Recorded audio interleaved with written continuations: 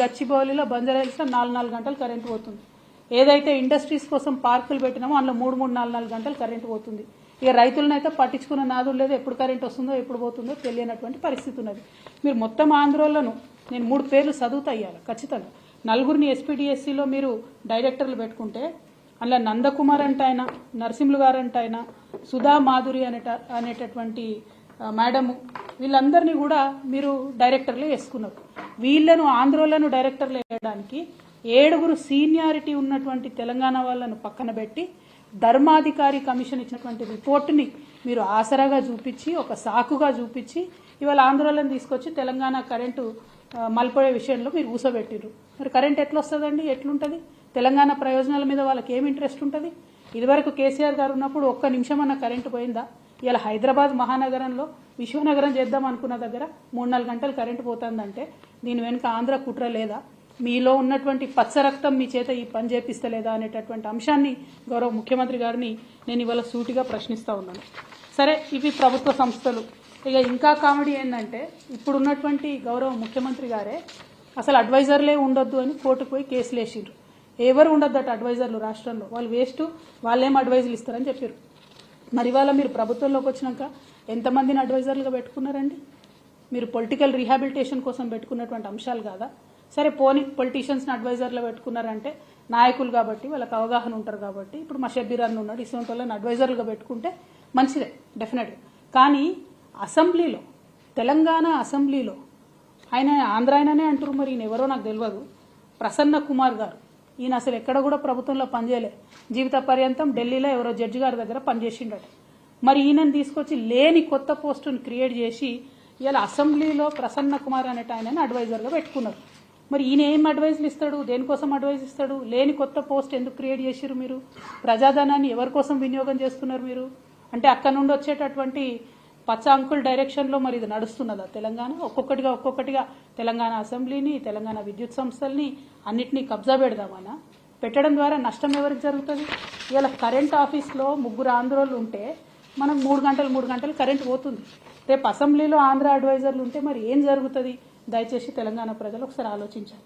ఇక రేవంత్ రెడ్డి గారు ఇంకా దారుణం ఏంటంటే వ్యక్తిగతంగా ఓటుకు నోటు కేసు ఆయనది ఏదైతే ఉందో దానిని వాదించినటువంటి లాయర్లు, ఒక మేడం పేరు దేవనా సేగల్, ఇంకో 2 ఆడపిల్లలు ఉన్నారు, అట్లనే తేరా రమాకాంత్ రెడ్డి గారు, అట్లనే ఇంకా ఆయన ప్రభుత్వంలోకి రాకముందు అప్పుడు కేసీఆర్ గారి ప్రభుత్వం చేపట్టినటువంటి ప్రాజెక్టులను ఆపడానికి చచ్చిపోయిన వాళ్ళ పేరు మీద దొంగ కేసులు వేసినటువంటి ఇంకొక వ్యక్తికి, ఇట్లాంటి వాళ్ళందరినీ కూడా సుప్రీంకోర్టులో ఇలా అడ్వకేట్ ఆన్ రికార్డు పెట్టారు.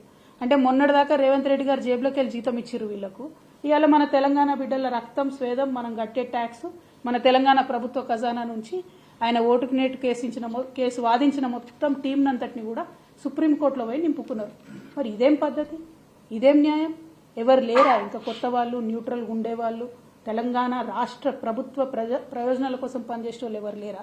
మీ ఓటుకు నేటు కేసుని మీ ప్రైవేట్ టీంని తీసుకుపోయి అలా సుప్రీంకోర్టులో పెడితే నిజంగా కాంగ్రెస్ పార్టీలో ఇంతమంది సీనియర్ నాయకులు ఉన్నారు, ఒక్కరు కూడా ప్రశ్నించకపోవడం చాలా దారుణం. ఇది తెలంగాణ ప్రజల యొక్క డబ్బును, సొమ్మును దుర్వినియోగం చేయడం తప్పితే ఇంకొకటి కాదు అని చెప్పి మేము తెలియజేస్తూ, ఫైనల్గా గౌరవ ముఖ్యమంత్రి వర్యులు రేవంత్ రెడ్డి గారు మీరు చెప్పినటువంటి నీతి వాక్యాలను మీరు పాటిస్తే బాగుంటుంది. ఉద్యోగాల విషయంలో మీరు అడ్డంగా అబద్ధాలు ఆడారు. ఉద్యోగాల విషయంలో కేసీఆర్ గారిని బద్నాం చేసే ప్రయత్నం చేసిండ్రు. ఇప్పుడు మీరు వేసినటువంటి టీఎస్పీఎస్సీ నిజంగా మీకు చిత్తశుద్ధి ఉంటే, నిజంగా మీకు అవినీతి మరక అంటొద్దని మీరు అనుకుంటే తక్షణమే మహేందర్ రెడ్డి గారిని తీసేసి ఎంక్వైరీ వేయండి. అవినీతి జరిగింది వాస్తవమా కాదా ప్రజలకు తెలియజేయండి. రెండవది, కేసీఆర్ గారు వేసినటువంటి ఉద్యోగాలు మేము ఇచ్చినట్టుగా చెప్పుకుంటా ఉన్నారు, దాన్ని మేము తీవ్రంగా ఖండిస్తూ ఉన్నాం. మీరు ఇప్పటివరకు ఇచ్చిన 60 ఉద్యోగాలే, ఇంకా కొత్తగా ఏం ఉద్యోగాలు ఇస్తారో, డిసెంబర్ వరకు ఏం ఉద్యోగాలు ఇస్తారో తెలియజేయవలసిందిగా కోరుతా ఉన్నాం. మూడవది, విద్యుత్ సంస్థలో నియామకం చేసినటువంటి ఆంధ్రోళ్లను తక్షణమే తీసి తెలంగాణ డైరెక్టర్స్ని వేయాలని 3వ డిమాండ్ చేస్తూ ఉన్నాం. 4వది, సుప్రీంకోర్టు ఆఫ్ ఇండియాలో మీ పర్సనల్ కేసులు, మీ అవినీతి కేసులు, మీ దొంగ కేసులు వాదించి ఆనాడు తెలంగాణ ప్రభుత్వం మీద దొంగ కేసులు వేసిన టీంని తీసేసి నిజంగా టాలెంట్ ఉన్నటువంటి వాళ్ళను, నిజంగా తెలంగాణ ప్రభుత్వ ప్రయోజనాలు కాపాడే వాళ్ళను పెట్టాలని డిమాండ్ చేస్తూ, మరి మీ యొక్క చిత్తశుద్ధి నిరూపించుకోవాలి. మీరు ఇన్ని రోజులు చేసినటువంటి ఆరోపణలను దాన్నన్నింటినీ కూడా తప్పని నిరూపించే విధంగా ఉన్నటువంటి మీ వ్యవహారాన్ని సరిదిద్దుకోవాలని సూచన చేస్తా ఉన్నాం. Thank you. జై తెలంగాణ. గత 10 ఏళ్లలో ఎప్పుడూ లేనటువంటి విధంగా రాష్ట్ర గీతాన్ని జై జై హే తెలంగాణను అధికారికంగా గుర్తిస్తున్నామని కూడా చెప్పారు. అంతేకాకుండా మన రాష్ట్రానికి సంబంధించినటువంటి చిహ్నం కావచ్చు, లేకపోతే తెలంగాణ తల్లి విగ్రహాన్ని కూడా మార్పు చేస్తున్నాము. ఈ పరిణామాలన్నింటినీ మీరు ఎట్లా చూస్తారు? అంటే మన గౌరవ ముఖ్యమంత్రి గారు మొదట ఎప్పుడన్నా నిజంగా గుండెల మీద చేసుకొని జై తెలంగాణ అంటేనేమో ఆయన ఇవన్నీ చేసే అవకాశాలు, ఆయన ఇవన్నీ చేసే అర్హత ఉంటుంది. ఆయన ఎప్పుడన్నా జై తెలంగాణ అన్నాడా? జై తెలంగాణ అన్నోళ్ళ మీద గన్ను పట్టుకొని తిరిగిన మనిషి. ఏదో మన ప్రజలు మంచోళ్ళు కాబట్టి ఇసొంటోళ్ళకు కూడా ఒకసారి అవకాశం ఇద్దామని ఇచ్చిరు కానీ ఆయన జై తెలంగాణ అని ఇంతవరకు అనలేదు.